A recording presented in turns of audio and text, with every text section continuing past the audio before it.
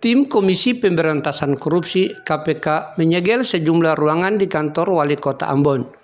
Penyegelan ini setelah dilakukan penggeledahan kantor itu Selasa 17 Mei 2022.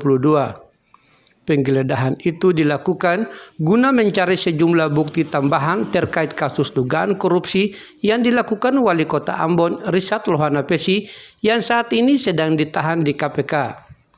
Sejumlah ruangan yang disegel KPK itu antara lain ruang pelayanan terpadu satu pintu, Dinas Pendapatan Daerah, Kantor Dinas PU Kota Ambon, Kantor PUPR, Disperindak, Perhubungan, Perikanan, dan ruang bagian umum.